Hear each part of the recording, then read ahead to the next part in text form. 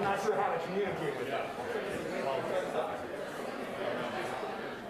The camera's like right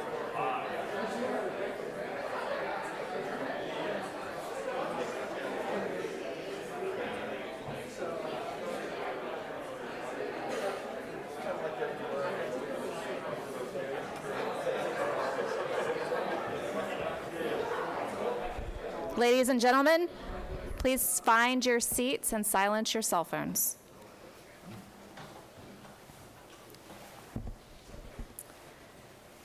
Distinguished guests, ladies and gentlemen, welcome to the 211th Judge Advocate Officer Basic Course graduation ceremony. My name is Captain Grace Smitham, Commander of the Student Attachment at the Judge Advocate General School.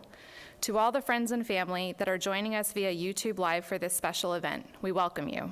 Today, we recognize the outstanding attorneys who will soon be certified as judge advocates.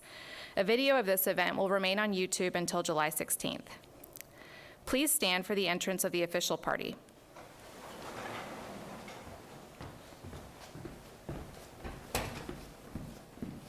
The official party consists of Brigadier General Joseph B. Berger, Commander, the Judge Advocate General's Legal Center and School, and Colonel Jarrett Dunlap, Dean of the Judge Advocate General's School. Please remain standing for the playing of the national anthem and the invocation.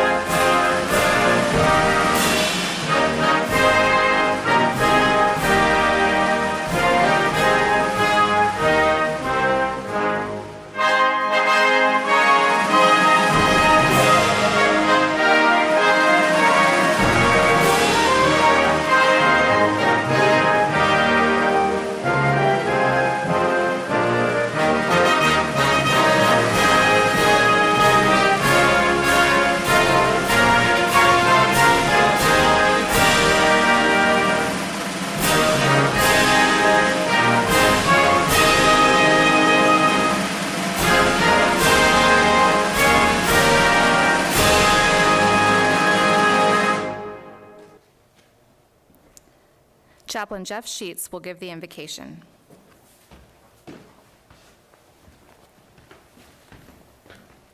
I invite you to pray for your faith tradition as I pray for mine. Please join me in prayer. Our Father in heaven, we thank you for this special occasion that brings us together, the graduation of the 211th. Lord, we're thankful for these women and men who have risen to the call to serve their country as JAG officers and trained during a time in our nation's history that has brought significant challenges to education. And even though today marks the completion of months of instruction, may they continue to grow and develop as legal professionals and leaders. And Lord, we ask that you bless these relationships these soldiers have made during their months together here, whether that's from fellow students to the faculty and staff. And may these friends and mentors help motivate, sharpen, and encourage them along their Army journey. And Lord, as they go to their respective units, give each of them the moral courage and wisdom to give legal counsel, especially when that counsel is not welcomed. And last and not least, bless the faculty and staff who have poured into these folks, and Lord, as well as their friends and family who have loved, supported, and challenged them from afar. In your name we pray. Amen.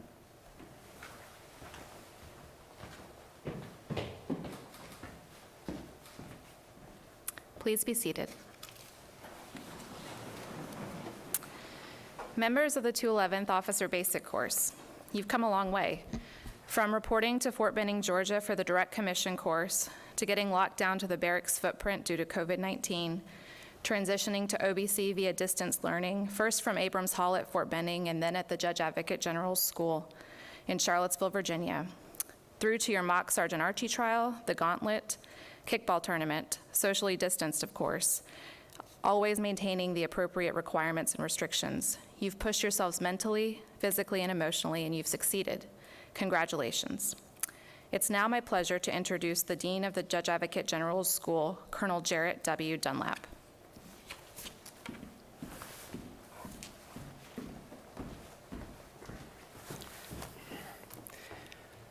Friends and family of the 211th Judge Advocate Officer Basic Course, I'm Colonel Jerry Dunlap, the Dean here at the Army JAG School in Charlottesville. We're very happy that you were able to join us online so that we can celebrate the graduation of these great officers as after completing this gateway training and education that's part of becoming members of the Army JAG Corps. You should be very proud of them. We are. Most importantly, welcome to 11th. I got to say, the staff and faculty right now, although we're licking our wounds a little bit after the drubbing that we received yesterday on the athletic field of battle. Athletic I use very loosely. But I want to say that we're proud of you for the discipline, the motivation, and the grit that you have shown during your time here at DCC and particularly here at OBC with us. It's been a very challenging period. You spent most of your time in isolation, we recognize, which is very, very difficult without that daily face-to-face interaction that is a key part of any OBC class between the faculty, the staff, and our students. Instead, you've spent time, a lot of time staring at screens, and we recognize that is not the norm and how difficult that has been for you. Army training is often designed to simulate a crucible experience, one that tests your limits, that challenges you, and then builds confidence once it's complete. And although unplanned, this OBC in an isolated COVID environment has definitely been a crucible experience for all of you and has tested your discipline, your motivation, and your grit. And I'm very proud of you for succeeding in all three of those. Earlier this week, Brigadier General Berger talked to you about the Army ethic. ADP 622, Army Leadership in the Profession, which is the doctrinal foundation for leadership in the Army, it describes the Army ethic as the heart of the Army, and the 7 Army values as the practical application of the Army ethic. I want to talk about the third of the Army values, respect. Treat others as they should be treated. ADP 622 teaches the Army values reinforce that all people have dignity and worth and must be treated with respect. The nation was founded on the ideal that all are created equal. Each of us is judged on the content of their character. Army leaders should consistently foster a climate that treats everyone with dignity and respect, regardless of their ethnicity, gender identity, sexual orientation, creed, or religious beliefs. Fostering a positive climate begins with a leader's personal example. Leaders treat others, including our adversaries, with dignity and respect. There's a lot in that statement there, and it's important for us to contemplate that and unpack it. The legal education that you've received here over the last few months is really designed to ensure that these ideals are put into practice, whether it's a court-martial procedure, the law of armed conflict, equal opportunity program, or a myriad other topics that you have studied this time. They're all centered around fostering a climate that treats everyone with dignity and respect. Always remember that. As with any aspirational ideal, we all fall short as individuals, as an army, and as a nation. The current national struggle that we see is an example of the importance of treating everyone with respect. And it's the price that we pay when we fail to treat people the way they should be treated. We should continually strive to change as individuals, as an army, and as a nation to live those ideals. My friend, former professor, Army War College historian, and retired Marine Corps F-18 pilot, Colonel Doug Dowds, he recently appeared on the History Channel's mini-series on the life of Ulysses S. Grant, based on Ron Chernow's book. Colonel Dowds recently wrote an op-ed piece entitled, "There's a Little Grant in All of Us." Colonel Dowd says it's easy to gloss over the hard aspects of Grant's life and focus on the victories. his rise to lieutenant general. Of course, he was the first one since George Washington, which is my mandatory George Washington reference. But there's much that we can learn from Grant's many imperfections and his struggle to overcome them. Colonel Dowd says, Grant is an imperfect person who lived in an imperfect time. He's human. He has issues with his father and his father-in-law, one an abolitionist, one a slave owner. He infamously struggled with alcohol whenever separated from his beloved family. He failed at multiple vocations and possessed a terrible business sense. All these render Grant even more ordinary than extraordinary. Then Colonel Dowd teaches us the lesson that we need to learn from this. Peering into the past at the sum of a person like Grant gives insights to ourselves and to our time. He reminds us that failure is not final. It never has been in the United States. Struggle and failure are necessary components of learning and developing stores of resilience that enable us to bounce back in the face of setbacks. Grant reminds us that those daily struggles prepare us for crisis.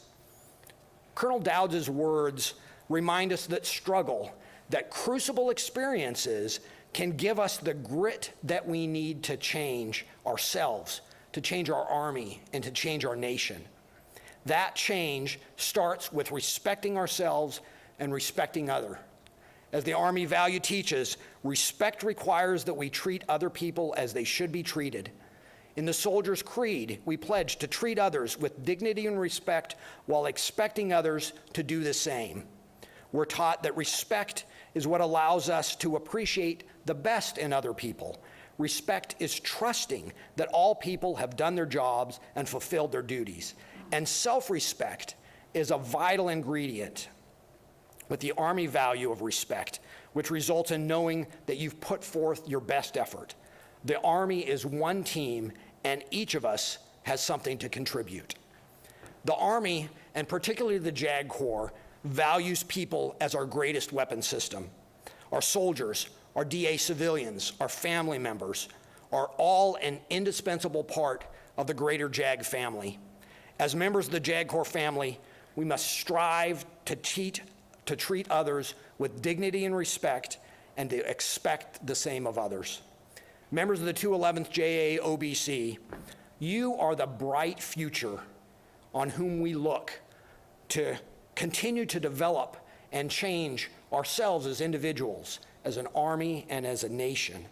I challenge you to take that well-earned reputation of discipline, motivation, and grit to your next unit, where you can change that unit too for the better. I'm proud of you for a job well done. Congratulations, 211th.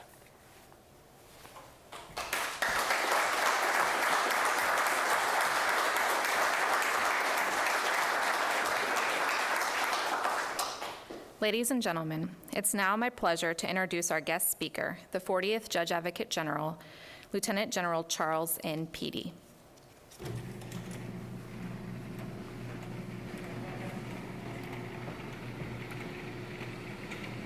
211th, how do you hear me? Over. Loud and clear, sir. Awesome. Well, but for the face masks, you guys look fabulous. You look fabulous even with the face masks. Good morning, everyone, and thank you for letting me join you. To the Fighting 211th, I can't tell you how proud I am of you. I'll start off by complimenting the team. Those remarks should be remarks you keep tucked away in your staff officer's book. I've got one right here. That's what I use. So whatever you use, Dean, you're now stuck. You're going to have to give everybody a record of your remarks today. They're emblematic of the kind of leadership we have in our Corps, kind of thinking we have in our Corps, and the role that judge advocates play in our Corps. And the Dean beautifully outlined, but as a soldier, as a leader, but also as a judge advocate advising across our Army, your role as you go forth, but as all of us go forth together to do what the Dean has charged all of us and reminded all of us to do. So beautiful, Jerry, remarks, and I thank you for setting the right tone for a wonderful graduation ceremony. To the 211th, I thank you for letting me join you independently or remotely, and there's no really better way to start a graduation ceremony than on the cusp of your Independence weekend. So I trust that all of you will have a wonderful and safe drive to either family or to your new assignments. But what better way to declare your independence from the training environment than to celebrate our nation's independence this weekend. I thank you as well for letting me join you remotely. It's my duty right now. I joined you a couple weeks ago, but I could not depart from the Pentagon for the whole day, so I apologize for that. I'm currently not in the Pentagon. I'm just a couple miles away in my den, coming to you, and it's a privilege. So let me begin by saying congratulations to you and your families. We welcome all of you, including your families, to the best law firm in the world. And I would say and remind everyone, the oldest law firm in the world. It might seem to each of you that you're being seated in that auditorium was somehow inevitable. It may seem inevitable now, but let me just take a minute and have you step back in the process and think about, as you graduate and head off to your assignments, where you were and how much you have to be proud of. And first, you want to think about, I know it seems like a long road, but you got to think about your decision itself to go to law school. Something that many people dream about but never do. Not everyone, even if they dream about it, can make it. Then you had to get accepted into law school. You all obviously achieved that. But even more difficult, you had to graduate. And then, of course, that terrible event that all of us know so well, you had to pass the bar, or multiple bars. The nerve-wracking time you spent studying for the bar and telling people you couldn't do this and do that because you had to prepare and focus. And now you look back and you might say, well, that was easy. But I want you to remember as well, all the all-nighters, the sacrifices, the financial woes that you've experienced, the moments where you thought, as all of us have thought, why in the world am I doing this? It wasn't easy. And so all of that hardship and all of that persistence, the kind of stuff that the dean was talking about, grit, the motivation, the discipline to bring you to this point, as now part of the JAG Corps, wearing your nation's uniform as part of the Army. It represents a very small population of our United States, but you are now here and you have made it, and you are about to go do even greater things. But be proud of all the stuff that you've done to get you to that chair that you're seated in right now.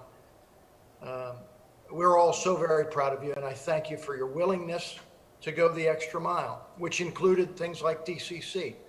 And those of you with no military experience or background may have found DCC challenging. And for those of you with military experience, DCC was challenging for you in a different way. But all of you made it, and you're all here now, ready to graduate and go off and do extraordinary things for your new units. And I want you to know, you did all this, as the dean highlighted, as you all know so well, in a COVID environment.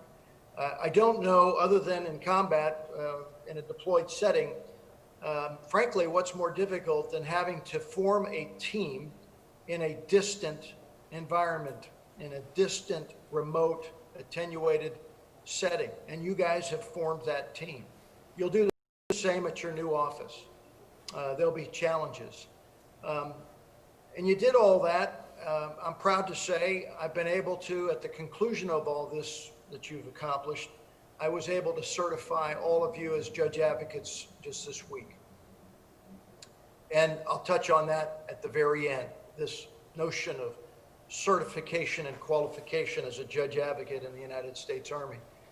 So while you bask in the glory of where you are right now, and I want you to do that, I want all of your family and all of your friends that might be listening to also bask with you virtually today. You're part of a much larger family, all of you.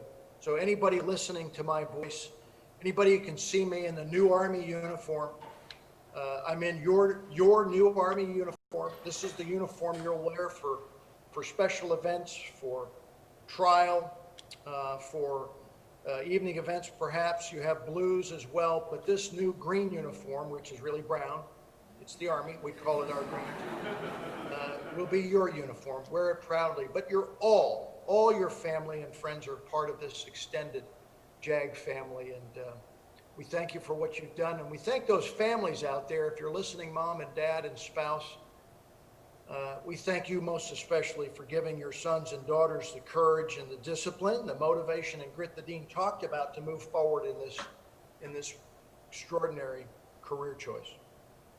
So a few weeks ago, I joined you and talked with you about a couple things of critical importance. The dean has talked about one of them, what's going on in our nation and your role in that in our Army. The conscience of the commander you will often hear about, that is certainly your role. There are many roles that you play, and I know you're proud to serve in that capacity, and you will do that beautifully, I know. As you leave the JAG school and you report to your first duty station, I want you to think of essentially, well, many things to think about, but I want you to focus on 3 key points that I want you to keep in your kit bag as you encounter challenges, as you encounter opportunity, and as you encounter disappointment and failure. As the dean said, failure is not final. I've not read that editorial or that op-ed, but I look forward to reading about it, or reading it, and reading more about Grant, who I admire greatly, and all of us need to read more. But failure is not final. There's a lot of truth in that, and I think as young lawyers, you quickly realize that's just your learning opportunity. But let me offer you a couple things that I think will help you as you approach each of the challenges, each of the opportunities, the teams, the people, the clients that you're going to meet. The first is attitude. There's 3 of these things I'm going to talk to you about. Attitude. Attitude is everything. It's a force all its own. A relentlessly positive winner's attitude. As our chief always says, winning matters. It's all about attitude. No matter the adversity, no matter the odds, it's always, why not me? Never, ever, why me? When you hear someone say that, that's the time for an on-the-spot correction. Never why me. It's always, why not me? That's attitude. The glass of water is half full, not half empty. Simple cliches we hear about, but emblematic of the larger power of your attitude around people, individuals, and teams. I talked to you about the Spartans. Remember that great story of the Spartan when the Persians said, we'll blot out the sun with our arrows, and the Spartans' immediate response is that we will fight then in the shade.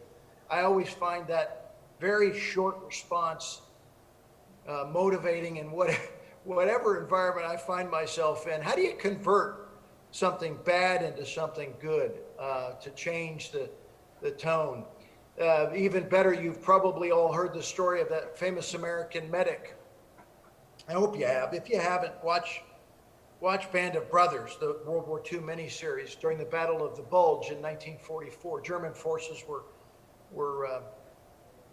wreaking havoc in the middle of American forces in Allied territory, and they closed in on the 12,000 soldiers of the 101st Airborne Division. Who's going to the 101st?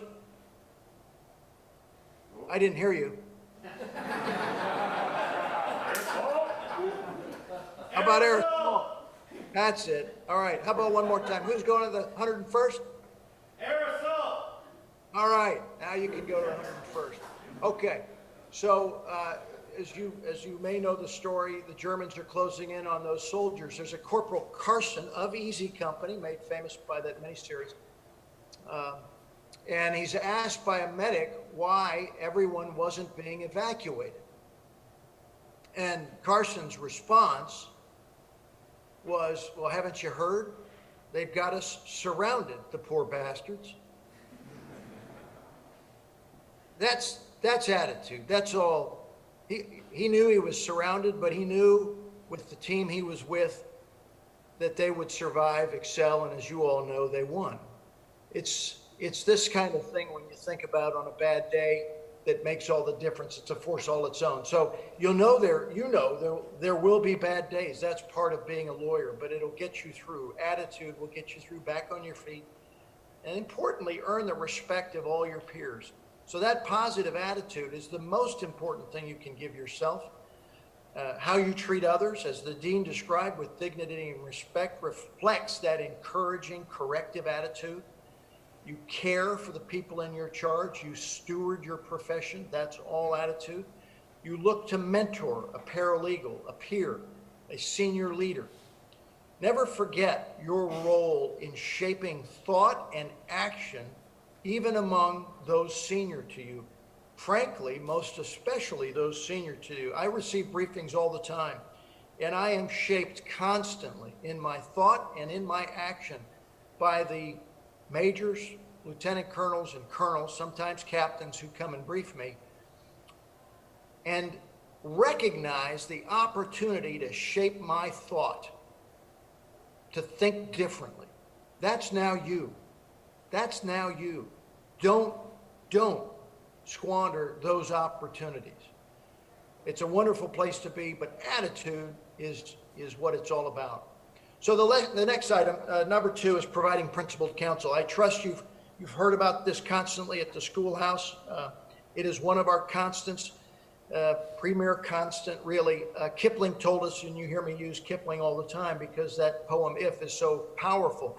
If you can keep your head when all about you are losing theirs and blaming it on you, that's that steady leader, officer, lawyer, soldier view that keeps you unflappable in adversity. However bad things are, the best of worst of times, you need your guideposts, the azimuth. There's that phrase, that famous quote, in matters of fashion, swim with the current. In matters of principle, stand like a rock. That's what matters. Words matter. So that's why we talk about it. That's why the dean talks so gloriously about respect for one another and your discipline and grit. Words matter. We aspire to these things. We know we're not perfect. We know we're imperfect always.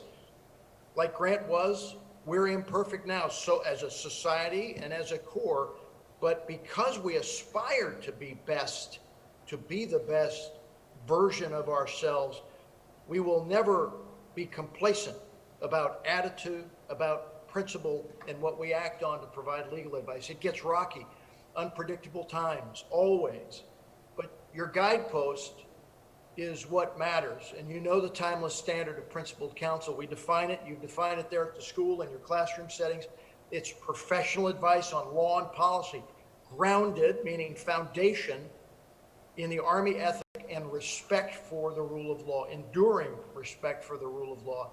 It's got to be effectively communicated, which means if there's something that interferes with your message, it doesn't matter what you're saying, it's not getting through. So it's got to be effectively communicated with appropriate candor. If it's inappropriate candor, if you didn't deliver that candid advice well, they won't listen either. And with moral courage that influences decisions. Don't be shy about influencing decisions. That's why you exist. There's the can I do this? Part of lawyering. What's the law say? There's the should I do this? That's the prudential application of law to fact. That's what we do. That's what makes our life, your life, so exciting as practicing lawyers in uniform. It's a high standard. It's at the heart of what we do day in and day out. It's not zealotry. It's the essence of honest counsel and advice in tough times. It's got to be achievable counsel, executable counsel. So always be mindful that your practice is predicated on doing what's right, always doing what is right. Lastly, hard work. So attitude, principled counsel, hard work. There's no substitute for hard work. So Thomas Edison, the famous inventor, said, opportunity is missed by most people because it's dressed in overalls and looks like hard work. That's opportunity. And you have to make sure you don't miss opportunities. And there are no shortcuts to mastering the law, being a good lawyer. There's no shortcuts to hard work. Being a good lawyer requires complete and utter focus and application. If you don't have an appetite for hard work, it shows instantly. It shows instantly. And you just need to find another line of work because there's no substitute for it in soldiering. So it's always been my view that you will spend the first 3 to 6 years of your time as a lawyer, judge, advocate, learning how to practice law. You figure out how to research, how to write, how to speak to a fellow lawyer, how to speak to a client. It's different always. How to create confidence in other lawyers and your client and yourself, depending on your environment. How do you do that? Everything you need to know about being a lawyer, you learn in the early years. I think the first 3 to 6 years, it's your foundation. I believe you spend the rest of your time refining those basic skills and learning finesse. As a lifelong learner, you will learn constantly. After you get the basics down, you hone your skills. You'll learn. You have to take complex topics and reduce them to make them simple. How do you take the world and distill it down to a 3x5 card? Or frankly, a 30-second conversation that your commander may only have time for. That may be all you get. So you may want 5 minutes, you may only get 30 seconds. And that's the way life is. So you've got to deliver in 30 seconds. How do you practice that? How do you do that? It takes a lifetime. It truly takes a lifetime. So your clients may ask you what the time of day is. You may be able to tell them how to build a watch, but they might not have the time to know how to build a watch. They may not have the interest to know how academically whip smart you are on topic X, Y, or Z. When time permits, that's great. They may just need the yes or no. They may just need to know, can I target this objective with this munition? They trust that all the staff work is done, but all that means is it's all hard work. It's all hard work that leads to that one moment where you get 30 seconds. So trust me, I spend most of my time preparing for the 30-second moment. Even now, I'm a constant learner. That's the way. If I watch somebody as I'm delivering advice and they're moving away from me or their eyes start glancing away, I know I've already lost them. Nobody wants the advice of an okay attorney, So you've got to insist on competence. Hard work gets you there. You got to insist on mastery of the law. Hard work gets you there. That's reading the next opinion. That's reading somebody's law review article. There's just constant application as you learn how to practice, learn how to deliver your advice. I talked with you about that 2 weeks ago about face-to-face practice of law. That's our default. Writing is, or calling on a phone is secondary, and then of course email or correspondence, of course, and never texting in the practice of law. So that's how we get after being the best lawyers in the world. That's what you will do, and I know you will do that. It's just hard work. Attitude combined with principled counsel, combined with hard work. It's a beautiful, beautiful, perfect storm of energy and opportunity that awaits each and every one of you. So let me go back to what I started with, and that's the fact that you're all now qualified and under Article 27B and certified under Article 42A. I sat in your chair 32 years ago, and I don't think anybody ever mentioned that to me. I got to my first trial, and I had to read. I qualified under Article 27B and sworn. So, and then I read it. I read the statute that requires the Judge Advocate General to say that these lawyers are now competent, in my eyes, to represent the United States government in a criminal trial where the sanction could include death. That these lawyers are now competent to represent an accused who might face the greatest sanction known to all of us. That I have confidence that as a special victim counsel, you may now represent a victim in a criminal trial. Article 27B and 42A is our charge that you are now ready for that awesome responsibility.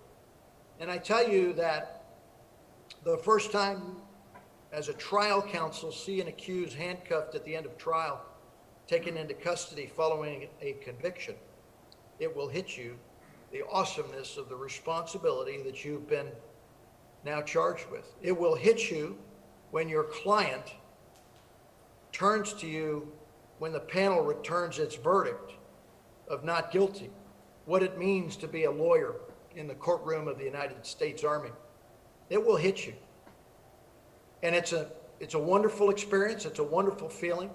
But I want you to know that I don't certify or qualify any of you lightly. And we know that we don't qualify and certify just anyone. We qualify and certify the best. And that is you. And I can't tell you how proud I am to have signed that document that you're now qualified to represent the United States, to represent soldiers, to represent victims of crime, to represent your command, to advise them. I couldn't be more proud of you. And the reason I did that, the reason I certified you, each and every one of you, is because I know what you're made of and because I trust you. I trust each and every one of you to get after it and to get it done. And so with that, 211th, I congratulate you and wish you Godspeed on your journeys. Be safe and happy Independence Day.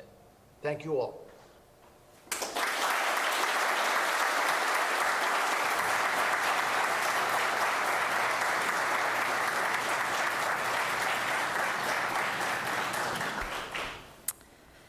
So at this time, Brigadier General Berger and Colonel Dunlap will present diplomas to the graduating class.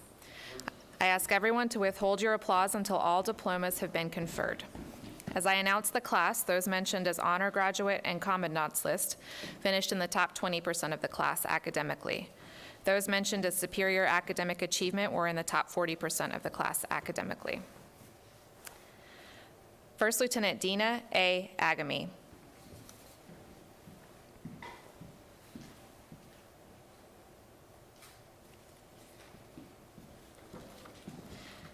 First Lieutenant Lindsay M. Andre.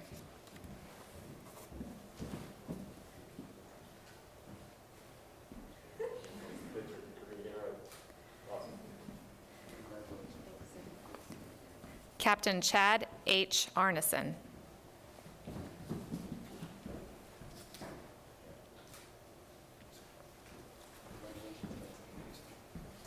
First Lieutenant Andrew T. Babowski.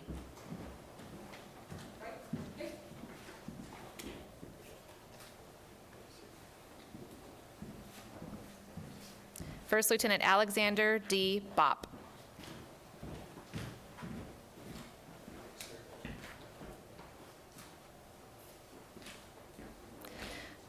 First Lieutenant Stephanie F. Buckley.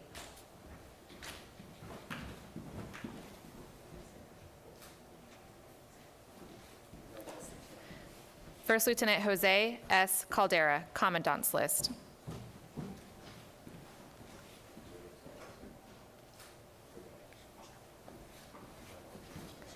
First Lieutenant Audra J. Calvin.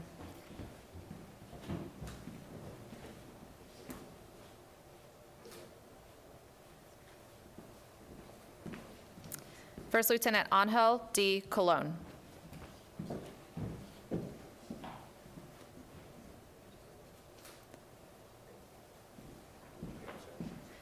First Lieutenant Danielle R. Curtin, Superior Academic Achievement.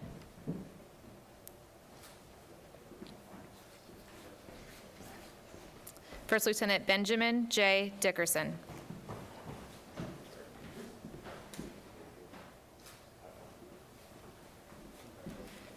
First Lieutenant Ryan M. Dugan, Superior Academic Achievement.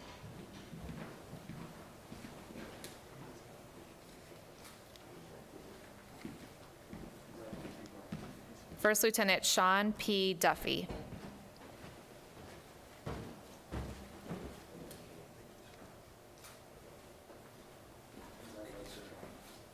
First Lieutenant Benjamin C. Edwards.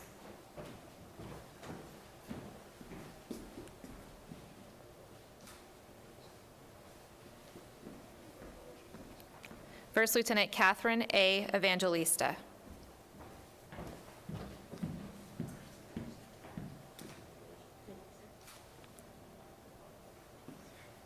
First Lieutenant Philip J. Farwell, Commandant's List.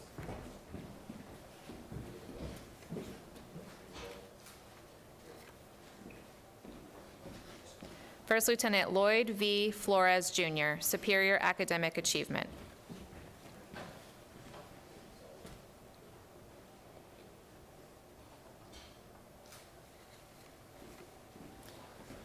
First Lieutenant Christopher L. Goodness.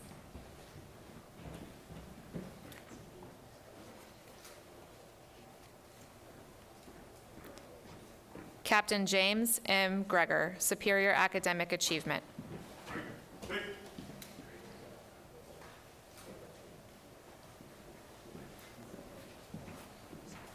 First Lieutenant Carlton C. Hamilton III.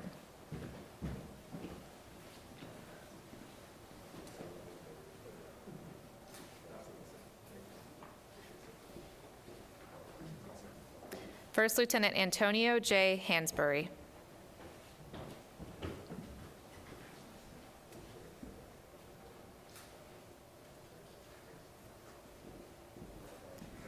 First Lieutenant Caitlin L. Hauser.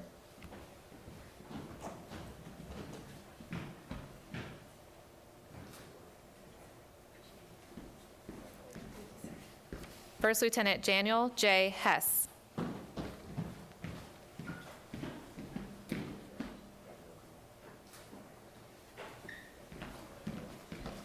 First Lieutenant Ekoku Ikeno.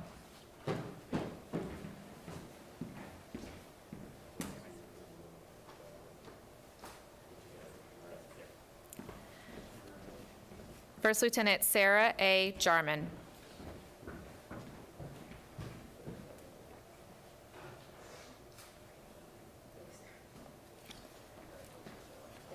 First Lieutenant Derek T. Kindy.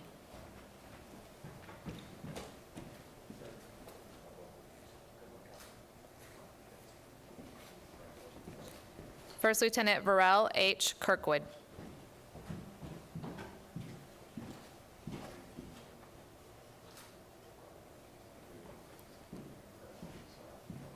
First Lieutenant Jonathan W. Coleman.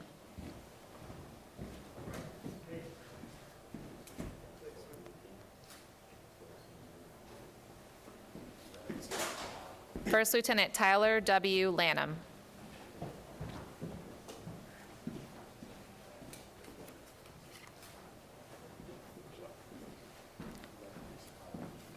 First Lieutenant Joseph M. Leager, Jr., Superior Academic Achievement.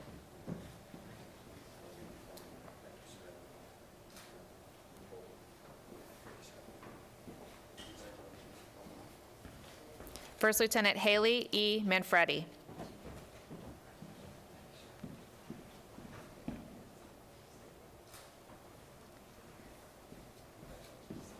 First Lieutenant Carissa G. McKinney.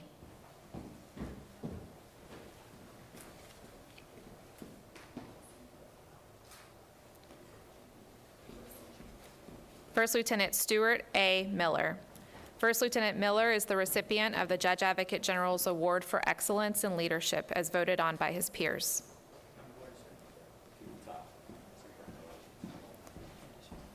First Lieutenant Andrea L. Mosqueda.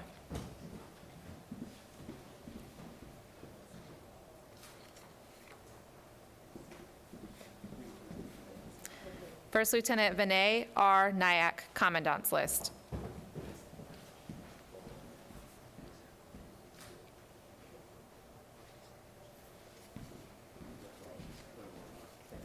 First Lieutenant Keong Min Oh, Commandant's List.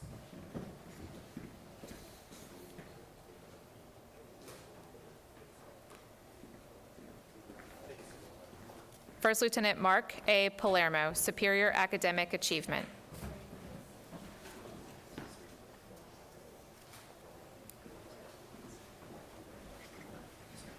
First Lieutenant Joshua M. Parker.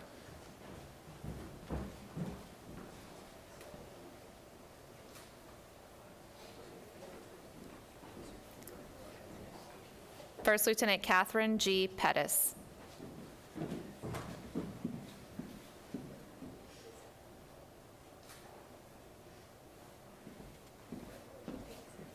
First Lieutenant Chad N. Pfister, honor graduate.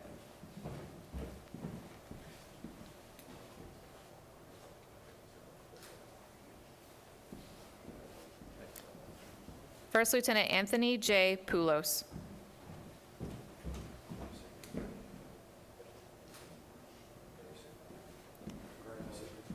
First Lieutenant Alex Ramirez, Jr.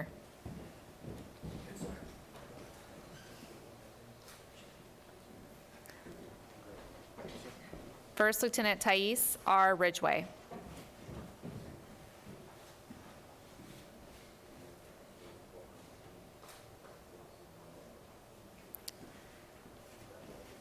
First Lieutenant Chantel B. Robinson, Superior Academic Achievement.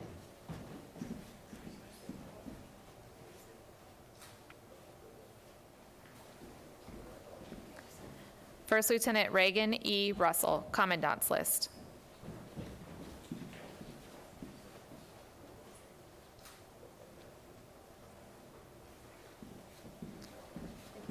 First Lieutenant Derek R. Sanchez, Superior Academic Achievement and recipient of the Judge Advocate General's Award for the highest class standing in criminal law.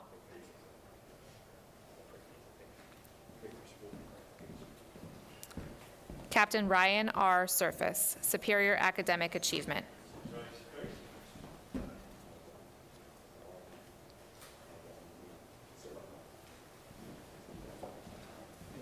First Lieutenant Kyle C. Short.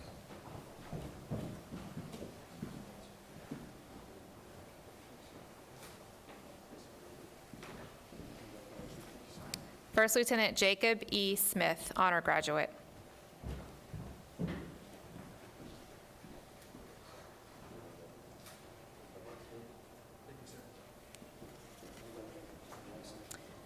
First Lieutenant Pedro Spivakovsky Gonzalez, Superior Academic Achievement.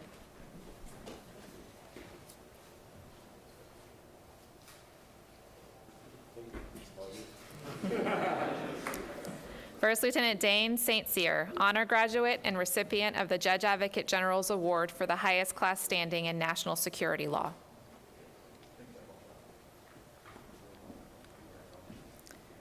First Lieutenant George J. Storms.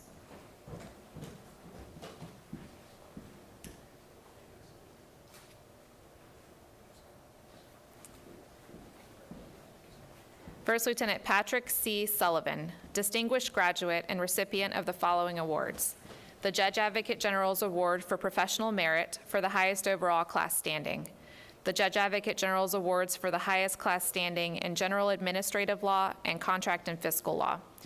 First Lieutenant Sullivan is also the recipient of the American Bar Association LAMP Committee Award for Excellence in Legal Assistance. First Lieutenant Klein D. Thompson.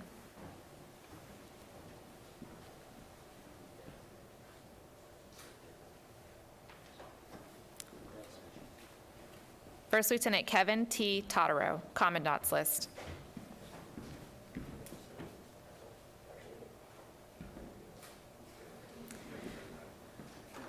First Lieutenant Eric S. Vernston.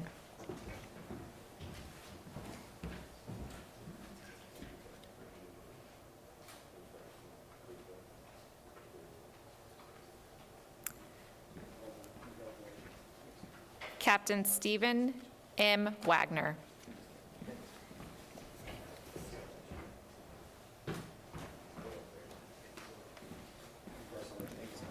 First Lieutenant Matthew W. Wallace, Superior Academic Achievement.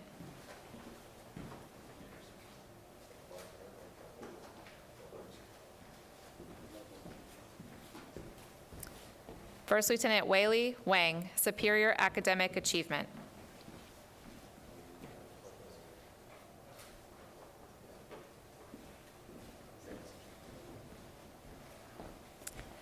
First Lieutenant Stephanie A. Wilhelm, honor graduate, and recipient of the Judge Advocate General's School Award for Professional Merit for the second highest class standing.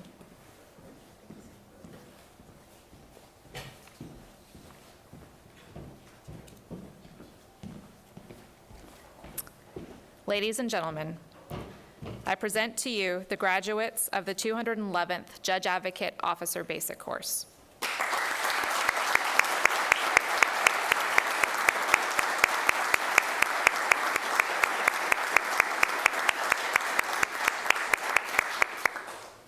Please be seated. Ladies and gentlemen, at this time, I would like to recognize my outstanding team in the student attachment. Executive Officer, Chief Warrant Officer 2 Brent Bestering, First Sergeant Sierra Caldwell, Operations NCO, Staff Sergeant Marcus Bennett. These individuals are responsible for every aspect of OBC execution, from in-processing at Fort Benning to graduation this morning. Let's give them a round of applause.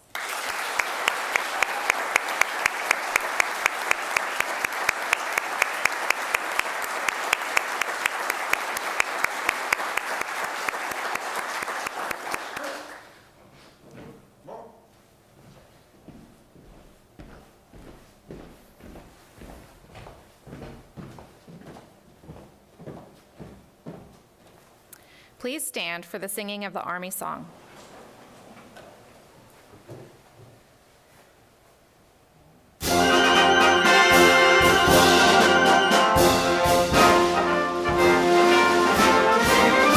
March along, sing a song with the army of the free. Count the brave, count the true, who have fought to victory. We're the army and proud of our name. We're the army and proudly proclaim. First to fight for the right and to build the nation's might, and the army goes rolling along. Proud of all we have done, fighting till the battle's won, and the army goes rolling along. When it's high, high, hey, the army's on its way. Count off and Cain is loud and strong. For wherever we go, you will always know that the army goes rolling along. Please remain standing for the departure of the official party.